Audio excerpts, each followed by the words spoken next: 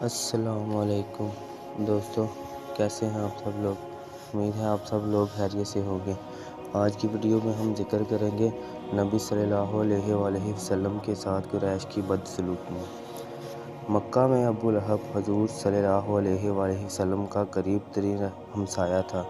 دونوں کے گھر ایک دیوار بیچ واقع تھے۔ اس کے علاوہ حکم بن عاص، عقبہ بن معیط وغیرہ آپ صلی اللہ علیہ وآلہ وسلم کے ہمسائے تھے۔ یہ لوگ گھر میں بھی آپ صلی اللہ علیہ وآلہ وسلم کو آرام نہیں لینے دیتے تھے۔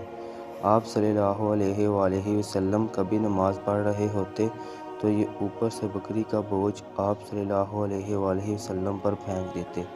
کبھی صحن میں کھانا پک رہا ہوتا تو یہ ہنڈیا پر غلاظت پھینک دیتے۔ حضور صلی اللہ علیہ وآلہ وسلم باہر نکل کر فرماتے، اے بنی عبد مناف، یہ کیسی ہمسائیگی ہے؟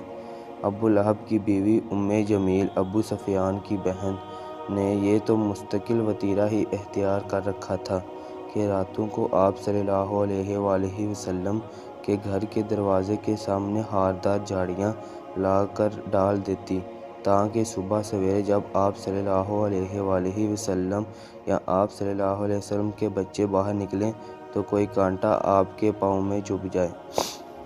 تو دوستو، یہ تھی آج کی ویڈیو۔ اگر آپ کو آج کی ویڈیو پسند آئی ہو تو ہمارے چینل کو سبسکرائب کیجیے گا اور لوگوں تک شیئر کر دیجیے گا۔ شکریہ۔ اللہ حافظ۔